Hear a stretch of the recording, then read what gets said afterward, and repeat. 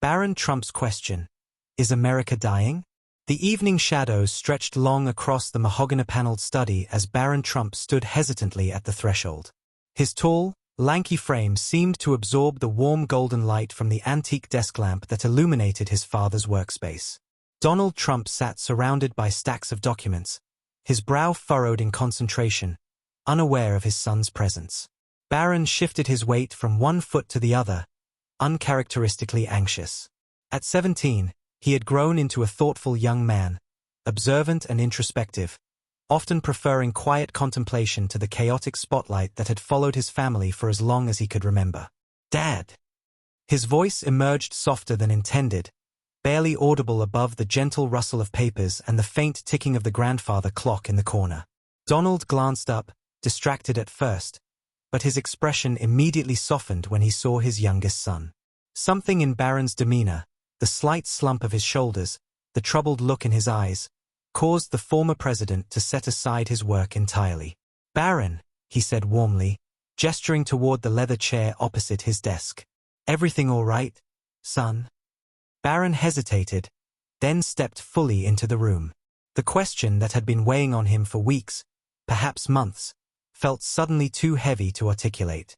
He sank into the chair, his tall frame folding into it with the awkward grace of late adolescence. "I need to ask you something important," he finally said, his voice steadier now but still tinged with uncertainty. Donald leaned back in his chair, giving his son his full attention. "Go ahead." Barron's eyes met his father's, searching for reassurance before he'd even asked his question. "I've been watching the news, following social media, seeing what's happening across the country. People seem more divided than ever before. There's so much anger, so much violence." He paused, gathering his thoughts. "Everywhere I look, things seem to be getting worse, not better." Donald waited patiently, sensing the gravity behind Barron's hesitation. "Dad," Barron finally continued, his voice dropping almost to a whisper, "is America dying?" The bluntness of the question hung in the air between them, heavy and unmoving. Donald didn't immediately reply. Instead, he slowly rose from his chair, walked to the large window behind his desk, and looked out thoughtfully over the city skyline glittering in the evening light. Barron watched his father's silhouette against the window, unnerved by the rare silence. Donald Trump was many things, but rarely at a loss for words. "Why do you ask that, Barron?" Donald finally said, still facing the window. Barron felt a flash of frustration but forced himself to remain composed. "Because it feels like we're losing ourselves as a country. People aren't just disagreeing anymore, they're despising each other. Families are being torn apart. Friends can't even talk to each other. The things I see online, the way people talk about each other, it's like we've forgotten how to be one nation." Donald turned around, studying his son's earnest face. "And what do you think? Do you believe America is dying?" Barron hesitated, his eyes dropping momentarily before returning to meet his father's penetrating gaze. "I don't know, Dad. But sometimes lately, it feels like we're heading that way." The silence returned, more profound than before. Barron shifted uncomfortably, but Trump simply stood observing him, processing the significance of this moment between father and son. Then Donald nodded slowly. "I've asked myself the very same question, Barron." Barron's eyes widened slightly in surprise. He had expected reassurance, perhaps even a dismissal of his concerns, not this raw vulnerability from his famously confident father. "And what answer did you find?" Barron asked, his voice barely above a whisper, almost afraid to hear the response. Donald stepped closer, his expression serious yet oddly gentle. "I found that the answer is complicated. America isn't just a country, son. It's an idea. And ideas don't die easily. They survive wars, crises, even the deepest divisions." He paused, holding Barron's gaze. "But they can die if people lose hope, if they abandon their principles." Barron exhaled slowly, taking in his father's words, feeling both comforted and unsettled. "But how do we know if it's too late?" he finally asked, his voice heavy with the burden of responsibility. Donald placed a reassuring hand on Barron's shoulder. It's never too late, Barron, as long as there are people who believe America is worth fighting for. The question isn't whether America is dying. The question is whether we have the courage to keep it alive. Barron felt a sudden rush of emotion, pride mingling with lingering doubt. But he understood now that this conversation was far from over.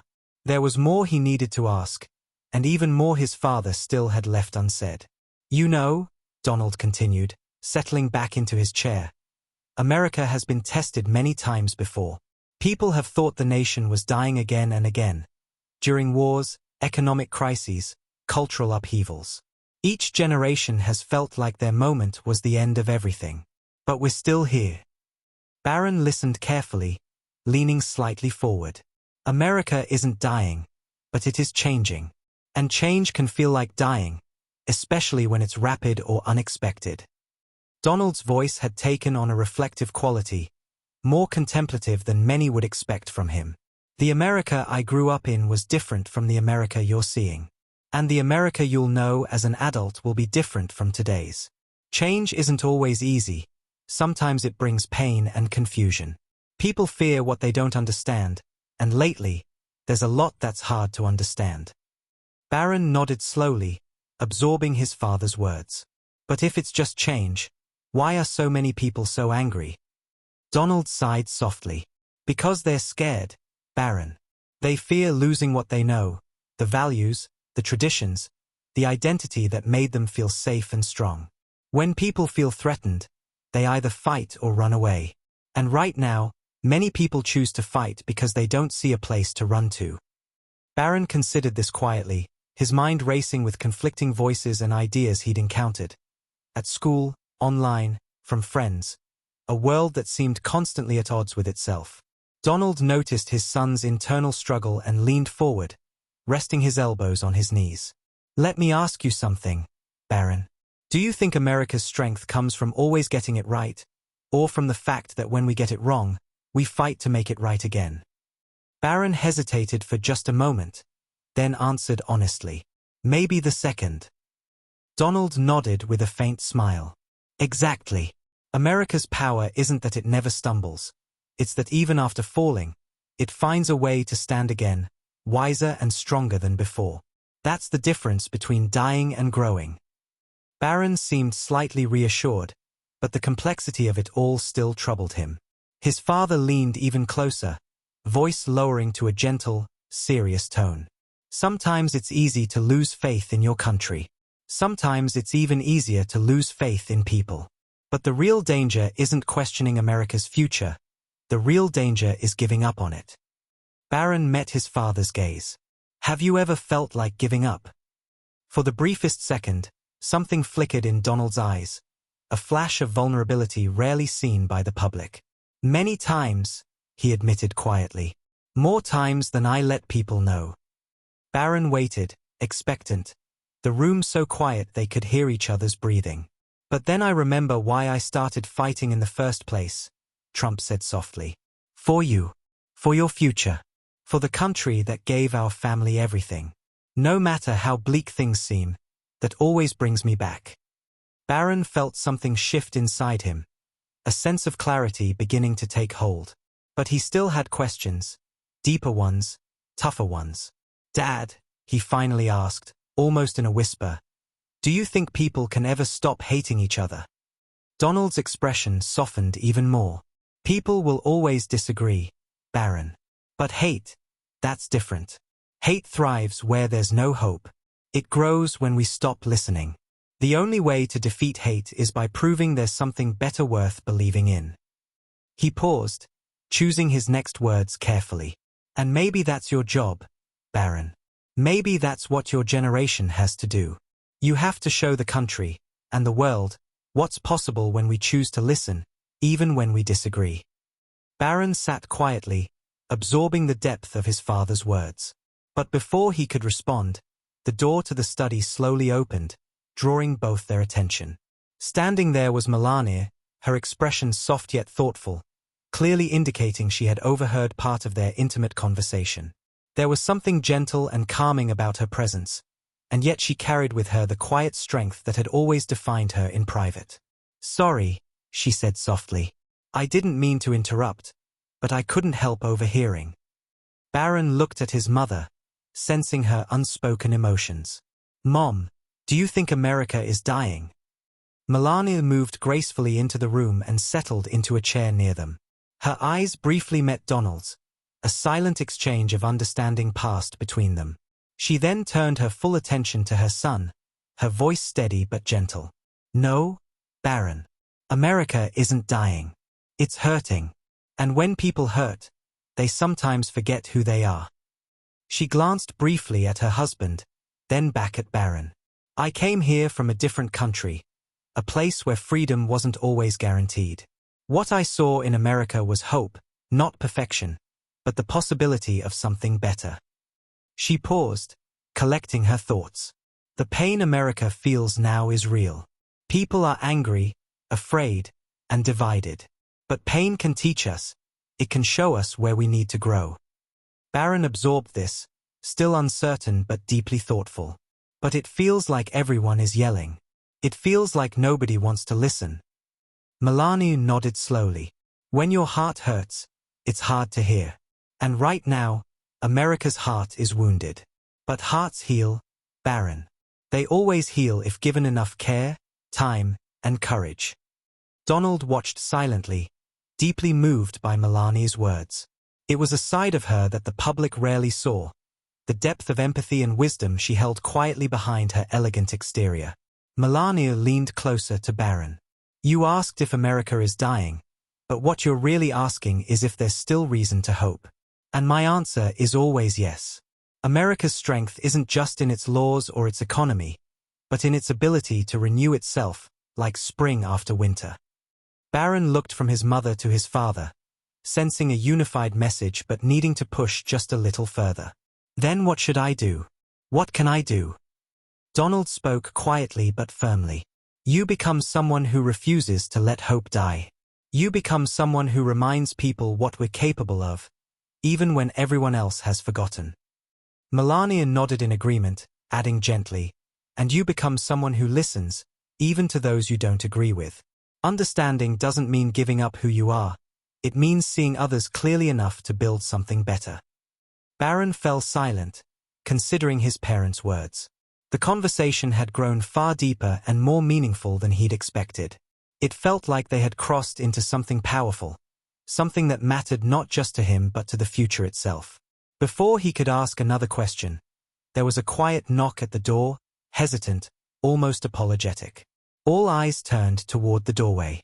Standing there was Ivanka, her face uncharacteristically pale, her phone clutched tightly in her hand. She seemed to be struggling to find words, her usual composure momentarily shaken. What is it? Donald asked, immediately alert to his daughter's distress. Ivanka stepped into the room, her voice low and controlled despite her obvious tension. There's been an attack at a political rally in Michigan. Multiple injuries, possibly worse. They're saying it was politically motivated. The room froze in painful silence. Barron's eyes widened in horror, while Melania immediately wrapped a protective arm around his shoulders. Donald stood up, a look of disbelief mixed with grief passing briefly over his face before being replaced by steely resolve. Which side? Donald asked, his voice carefully neutral. It doesn't matter, Ivanka replied, her gaze firm. Violence is violence. Barron's voice trembled slightly. Is this what America has become? No one answered right away. The weight of his words, spoken with such innocence, seemed heavier than ever. It was Ivanka who broke the quiet, her voice steadying despite her visible distress. It doesn't have to be, she said softly but firmly, meeting her brother's worried gaze. This isn't who we have to be. Donald exhaled slowly, gathering his thoughts. When he finally spoke, his voice carried an urgency none of them had heard before. Barron, listen to me. People will use this moment to divide us even further, to spread more fear. But moments like this can also remind us who we truly are, what we stand for. We can't let hate define us.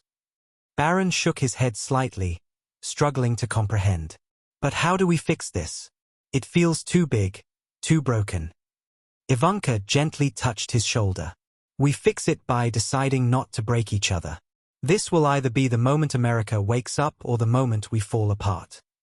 Milani nodded solemnly. Barron, America has faced darkness before. Wars, tragedies, divisions. But we've come through them each time people chose hope over despair. Donald stood straight, his expression resolute. This country has always had a choice, Barron, between courage and fear, unity and division. And that choice isn't made by presidents or politicians. It's made by each one of us. The words hung in the air, powerful and sobering. Barron felt a strange calmness spread through him despite the fear. He understood now that the answers weren't easy, but they weren't impossible either. Ivanka's phone vibrated again, and her face grew more tense. She looked up, hesitating before speaking. There's more news coming in. Donald met her eyes directly, knowing it was another challenge, another test.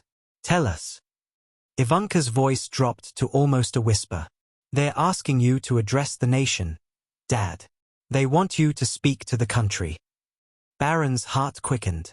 He looked up at his father, whose expression softened slightly as he met his son's worried gaze. Donald took a deep breath. Barron, what do you think I should say? The question stunned him. Barron hesitated, feeling the enormous weight of his father's trust, but he found himself answering honestly. Tell them what you told me. That America isn't dead, but we need to remember who we really are. Tell them we still have hope. Donald paused thoughtfully, then nodded slowly. That's exactly what I'll say. Ivanka stood, motioning toward the door. We don't have much time. They are ready now.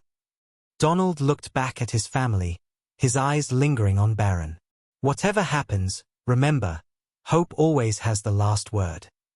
As they walked toward the waiting cameras, Barron felt his mother's gentle hand on his shoulder, guiding him forward. For the first time, despite everything, he felt an unmistakable spark of hope. America wasn't gone yet. It was waiting to be found again. The makeshift press room buzzed with tense energy as technicians made final adjustments to cameras and lighting. Network feeds were being established, connections tested. Barron stood off to the side with his mother and sister, watching as his father received last-minute briefings from somber-faced advisors. Donald nodded grimly as they provided updates on the situation, casualties, and the nation's rapidly escalating tensions. Social media was already aflame with accusations and counter-accusations, each side blaming the other for creating the climate that led to violence. As the advisors stepped away, Donald looked over at Barron, their earlier conversation clearly weighing on his mind. Something in that exchange had shifted something fundamental in Donald's approach to this moment. Barron watched as his father refused the teleprompter, waving away the prepared statement an aide attempted to hand him. Instead, Donald straightened his tie, squared his shoulders, and simply nodded to the production team. Let's do this, he said quietly. The crew counted down silently, fingers signaling the seconds until they went live. Barron held his breath, his heart pounding as the room quieted to absolute silence. Finally, the red light flickered on. My fellow Americans, Donald began, his voice calm but powerful, filled with an unmistakable gravity. Today our nation faces a moment we hoped would never come again. A senseless act of violence born from anger, from division, and from despair. He paused, his expression solemn. People are asking if America is dying. They're asking if this country we love, this beacon of freedom and hope, is fading away. Barron watched, captivated not just by his father's words but by the raw honesty he saw in his face. This was not the charismatic, combative Donald Trump the world knew. This was a father, a man deeply concerned about the soul of his nation. I'll be honest, Donald continued slowly, looking directly into the camera, into the hearts of everyone watching.